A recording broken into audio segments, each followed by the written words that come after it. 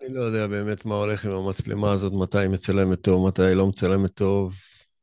איתכם הסליחה, אבל היום אני רוצה לדבר איתכם על דברים מוזרים, כמו סופר פוזיציה, או החתול של שרדינגר, או מתמטיקה. אני לא איזה מתמטיקאי דגול, אני מתעניין בזה, אוהב את זה, אבל אני חושב שיש אנשים הרבה יותר בקיאים בזה ממני. אבל כשאני מנסה לנתח את המצב בעולם, לא פעם אני נופל לתוך מתמטיקה ודוגמאות מתמטיות. בכלל, העולם שלנו היום מאוד מתמטי. כל העולם הזה של ה-LLM, Large Language Models, כל העולם של הצ'אט ושל ה-GPT הוא מאוד מאוד מבוסס על מודלים מתמטיים. והעולם גם כן משחק עם תורת המשחקים ודברים כאלה, ובעצם מה שמניע את המדינות שבהם אנחנו חיים, לא מעט, זה מחשבים. מחשבים שמנסים לעשות הדמיה של המציאות, מנסים לנבא את המציאות, ומנסים להגיד מה נכון או לא נכון להחליט. אמ, אני חושב שאנחנו שם קצת נסחפים, כי המחשבים מקסימום יגידו לנו את אותו דבר שאנחנו יודעים כרגע, את אותם נתונים, ויבקשו מאיתנו בסופו של דבר לקבל החלטה על פי האינטואיציה, שזה דבר שאנחנו לא אוהבים, לקבל החלטה על פי האינטואיציה. אנחנו רוצים לקבל החלטה על פי נתונים, אבל מה לעשות, זה לא כזה קל. למה אני עושה לכם את כל ההקדמה הזאת? כי אני כל הזמן שומע מהאנשים, ואני מקבל את ההרגשה שאנחנו, המדינה שלנו היא מדינה ליברלית, טובה, מצוינת, ואם אנחנו נוכל לייצא את המדינה הטובה שלנו למקומות אחרים, יהיה להם יותר טוב. אנחנו מסתכלים על מקומות כמו סוריה, ואנחנו מסתכלים על מקום כמו עזה, ואנחנו בעצם אומרים לעצמנו, כדאי לכם להיות איתנו, אצלנו זה הרבה יותר טוב, אצלנו זה הרבה יותר נכון. עכשיו, קשה לבוא בתוך הדיון הזה ולהגיד שאצלנו לא יותר טוב. אם אתם מדברים על עזה, ששם האנשים מתים בעשרות כל יום ורעבים, והיה להם שלטון אסלאמי שירה להם ברגליים, או אם אתם מסתכלים על סוריה, שבהם יש שלטון פונדמנטליסטי, רצחני, מטורף, אז זה הגיוני.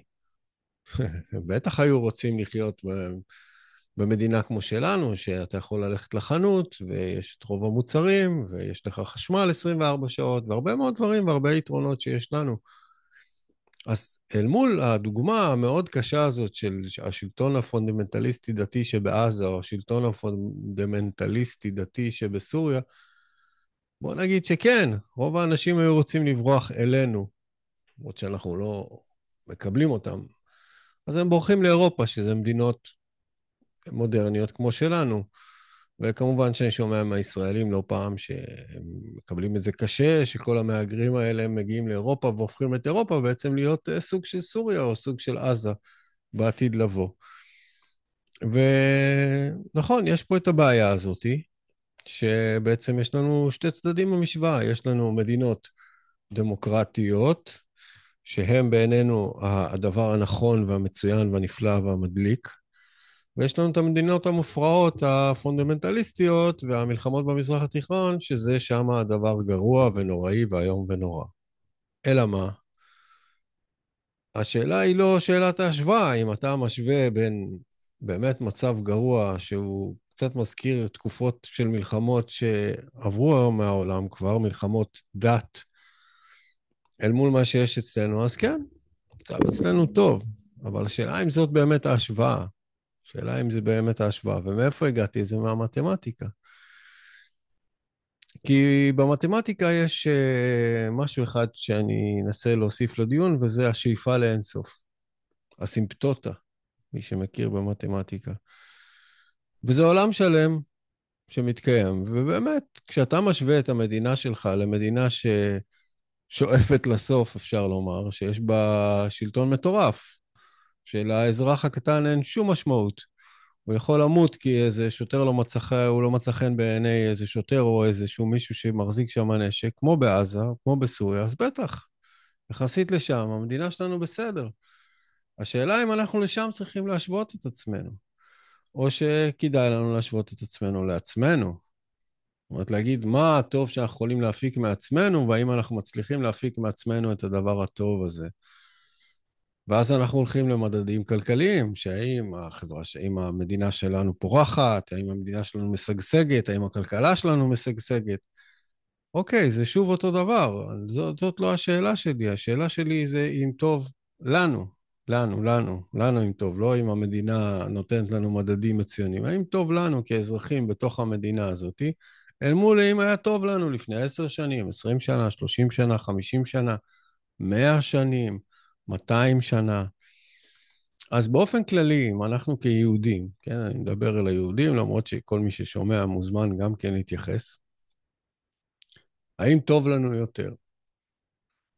וזו שאלה לא פשוטה, כי אם אתה מסתכל למשל על החברה החרדית, אל מול החברה החילונית, שבעצם החברה החרדית במידה מסוימת נמצאת טרום תקופת ההשכלה, היא עדיין נמצאת בתחום המושב, מי שמכיר את ההיסטוריה הישראלית, מבחינת התרבות שלה, מבחינת הקיום שלה, רק דבר אחד לא קורה לה, אין פוגרומים. היא כבר חיה 80 שנה או 100 שנה, תלוי איזה קהילה עלתה באיזה שנים, בלי פוגרומים. היה פוגרום בעוטף עזה, חמור מאוד. יש לנו נשק, זה עידן אחר. ואז אני מסכן ואומר, לסיכום השיח הזה, שמדינת ישראל היא לא אגדה, אבל העובדה שיש לנו צבא, ואף אחד אחר מבחוץ לא מזיין אותנו, סליחה על המילה, היא השינוי הגדול שקרה. כי מבחינת מדינת ישראל אני לא מוצא פה גרם של צדק.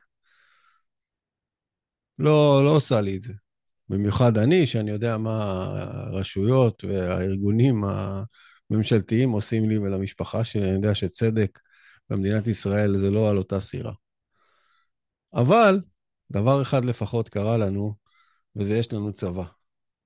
כנראה שזה הדבר הכי חשוב שקרה. אז בהמשך לשיחה הקודמת, שאפשר לבטל את מדינת ישראל, אז אני אומר כן, בהינתן צבא, צה"ל, שישמור ויגן עלינו בתהליך הזה שאנחנו נשחלף את המדינה, נעשה לה שיפוץ. אז כן, אפשר. אפשר לעשות את השיפוץ. הצבא, שישאר על רגליו וישמור עלינו מפוגרומים חיצוניים בזמן שאנחנו עושים שיפוץ, כי טבע הדברים זה כשאנחנו עושים שיפוץ פנימי, מישהו ינסה לנצל את המצב. וגם אנחנו יודעים שהחמאס קיבל עידוד רב מזה שאנחנו כרגע בתהליך פנימי של היוועצות על מה גורלנו, חשב לתקוף אותנו, ומי ששמע אותי בשיחות לפני, אמרתי, אל תדאגו, הם יחטפו הרבה יותר גרוע ממה שהם מדמיינים, ואולי זה צריך להיות המסר שלי לכל העולם. תראו, זה שהיהודים בוויכוח זה לא חדש, הם תמיד אוהבים להתווכח. זה שהם בוויכוח על איך ישראל צריכה להיות, זה גם לא חדש, הם תמיד יתווכחו. זה שיש להם נשק וצבא, זה דבר חדש לעולם. ובגלל זה אני אומר לעולם, תראו, נגמר הסיפור של להתווכח עם היהודים. כל מי שאנטישמי ובאנטישמי וזה, לא שווה גרוש. יש ליהודים צבא. אין להם אבל מדינה. לפחות לא נראה לי שזו המדינה שלנו, שחושבת עלינו, על טובתנו, היא עדיין וסל של מישהו. אם נשתחרר מזה, יכול להיות שנשתחרר מחלק מהאויבים שלנו גם כן. לך תדעו.